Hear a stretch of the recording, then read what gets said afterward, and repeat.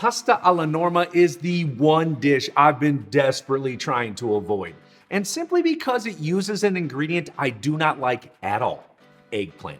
Yeah, I know I'm a bad Sicilian, especially since this dish was created in Sicily.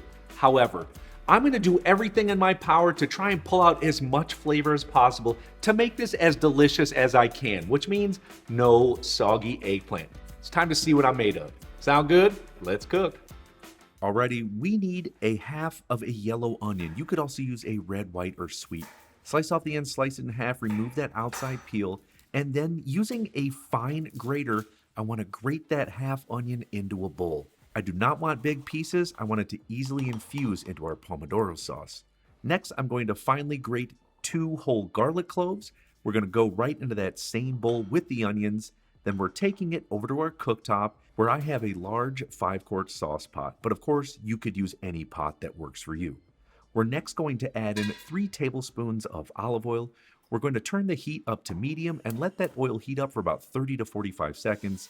Then we're going to add in our onions and garlic, slightly spread them out, and then give them a gentle season of coarse salt to help draw out some moisture so that they brown quicker. We are going to saute these for a total of 2 minutes while frequently stirring, or just until you start to see some of the onions and garlic lightly brown up just like this. Then turn the heat from medium down to low, and we're going to cook it for an additional 5 to 6 minutes while occasionally stirring or until caramelized and golden brown. In the meantime, we're going to prep up some tomatoes, so let's talk about those for a second. You can use any canned tomato or even fresh tomatoes, but for a sauce like this, I really prefer San Marzanos. These are less acidic and a little sweeter than your normal canned tomatoes. And to ensure you're getting certified 100% San Marzanos, it should say DOP on the front, which means Protected Designation of Origin, so you can ensure these come from the San Marzano region. Well, I have 2 28-ounce cans because I like a little saucier pasta alla Norma. So I'm going to take these right over to the blender and add them in there. Now, of course, in good Italian fashion, I'm going to go over to my sink, add a few tablespoons of cold water, swoosh that around in those cans and get all that goodness out of there right into the blender. And then what I'm going to do is just turn the blender on to medium speed and make sure those tomatoes are blended up and completely smooth just like this. And at this stage, let's take our tomatoes over to the cooktop and have a look at our onions and garlic. And yes, it looks like little bites of caramel. That is what you want. That is flavor right there. The color should be no less than what you see here.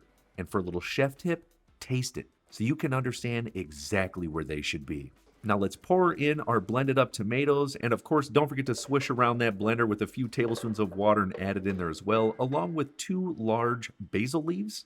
We're going to stir those in there, and then we're going to give it a gentle season of coarse salt and fresh cracked black pepper. So as the sauce concentrates, it will also season up as well.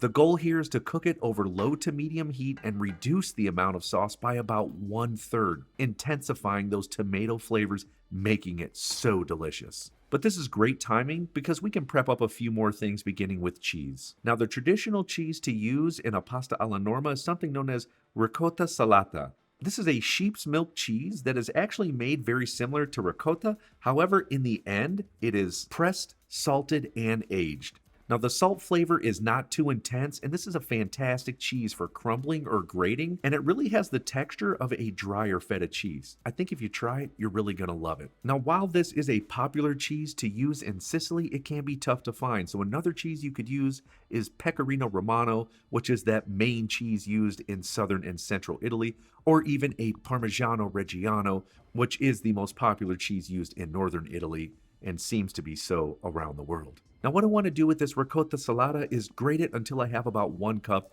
And you know how I always like to do this over parchment paper so that it's easy to transport and it helps keep dishwashing down. Once it's grated, I'm just going to go back over to our pomodoro sauce and have a look. You can see the colors are starting to intensify and the liquid is starting to go down the pan. This is exactly what we want. Now, this dish is said to be named in honor of La Norma, which is a famous opera written by Vincenzo Bellini in the early 1830s. The legend has it that Bellini would go to a local restaurant in the port city of Catania, Sicily, and he would order the same thing over and over again. Well, after some time, the restaurant owner decided that this dish was as much of a masterpiece as the opera, so he named it pasta alla Norma. So the story goes. What we want to do now is get on a large pot of water, get it boiling, so that everything can be finished relatively close to one another, so we can serve it up hot. So I'm only going to use one medium-sized eggplant. It weighs about 12 ounces or so, and we're going to slice off the end. Then what I'm going to do is thinly slice it about 3/4 of an inch all the way up to 1 inch all the way down the eggplant. And of course, if you just love eggplant, you can double this amount up, no problem. We're going to stack it up and then slice it again into about 3/4 of an inch to 1 inch thick. And then we're going to cut them into cubes just like this. Be sure to leave the peel on as there's so much flavor in there, and it will help protect it as we cook so that it doesn't break down too quickly. All right, Komis, the main reason I don't care for eggplant outside of dishes like baba ganoush is because it's really hard to cook. It goes from al dente to mush in a matter of seconds. Now, what I'm going to do is make it just like I made my caponata recipe, a super high smoke point oil and flash fried. Add your cubed up eggplant right to a bowl. Then we're heading back over to the cooktop to check out our pomodoro sauce. Oh, it does look good. Now, here's a little chef tip for you. You see all this goodness stuck on the sides of the pan? That's known as fond. That is flavor. Grab yourself a rubber spatula and scrape all that intense tomato flavor right into your pomodoro sauce. And you should absolutely be tasting this sauce every step of the way so that you know what it should taste like during the entire process. At this stage, I'm going to call it done. We are going to season it up with coarse salt and fresh cracked black pepper, give it a stir, and then set it to the side. Now let's drop some pasta, and you definitely have some options here, but I recommend a tubular pasta like this penne rigate. It's a smaller tubular pasta, but widely accessible. Another great option is rigatoni, which has a larger tube, and they got these great ridges on the outside, just like in the penne rigate, so that sauce is going to be in the tube and be in between these ridges, so every bite is perfectly sauced. So grab whatever pasta you want to cook with. Let's go check out our water, make sure it is boiling. Then we're going to generously season it with coarse salt, and I was always taught that it should taste as salty as the ocean does. Next, I'm just going to add in my pasta. I went with the rigatoni. Then I'm going to give it a quick stir just to make sure the pasta is moving. And now for some chef time management, we are going to quickly cook up our eggplant. I'm going to be using a very large stainless steel skillet here. We want to ensure we can cover as much surface area as possible in a single layer of eggplant so that it sears and does not steam. I'm immediately adding in 3 to 4 tablespoons of avocado oil, which has a smoke point of 520 degrees Fahrenheit. And once it is smoking, it's now time to start searing. So add our eggplant in, move it around using a spoon to make sure it is in that single layer. Give it a gentle season of coarse salt to help draw out any moisture so that it browns up quicker. And then what we're going to do is saute this for a total of 90 seconds. That is it. You should start to see some dark brown colors on 1 to 2 sides of the eggplant. Once you do, and it's as brown as this right here, we are good to go. Now let's transfer it to a plate with paper towels to help drain off any excess oil, and I'm also just going to spread it out in a single layer to make sure this stops cooking as quickly as possible. And I know that I'm good here with this eggplant because when I press it, it's still firm, it holds shape. I've got some nice brown Maillard spots on there. This is perfect. Let's head back over to our boiling pot of water. Our rigatoni should almost be finished up, and it should be al dente, which means firm but not crunchy or starchy in any way. If you don't know what this tastes like, just pull one out and eat it yourself so that you know. These only have maybe 20 to 30 seconds, so in the meantime, I'm going to add my sauce pot back on the burner and get it warmed up over low heat. Now I'm just going to drain my pasta, and we're adding it right to that sauce pot with pomodoro sauce, and we're going to add in a few more goodies. Starting with about a 1/2 to 3/4 cup of that ricotta salata, I'm going to add in 6 torn fresh basil leaves, and of course, if you love basil, add more, no problem.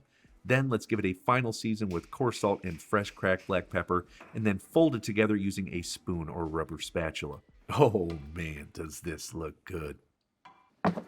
Simple fundamental techniques. I can never hit this home hard enough for you, and how important it is to the basics of cookery, to making sure things are delicious. When you practice them over and over again, you will master it. You're going to be the house that everyone wants to go to for every holiday, every event, everything. That's my promise to you. Yes, I already tried the pasta. It's delicious. Yes, I even ate some eggplant, and guess what? It's still firm, and it is dang tasty. All right, let me show you how I plate this up. But add several spoonfuls of our pasta alla Norma to a large, wide, shallow bowl. Then I'm gonna top off with a good amount of our perfectly seared and cooked up eggplant. I'm next gonna garnish up with some more ricotta salata. And next, this is optional, but for a little more fat and flavor, I'm gonna drizzle on some extra virgin olive oil. And last but not least, I'm gonna finish with some more fresh basil leaves. And this one right here would have made my Sicilian grandparents proud. And look, if you can be really buttoned up with making the pasta, making the sauce, and cooking the eggplant, this can come together in under 30 minutes. That's how simple pasta alla Norma is. And if you love eggplant, you are gonna totally dig this. Heck, even I enjoyed it. Now the pomodoro sauce in here goes in so many different recipes. Now you can check all of those out on my website at billyparisi.com or right here in my steak pizza Iola. This recipe video is awesome. Another easy, great Italian one. I'll see you on there.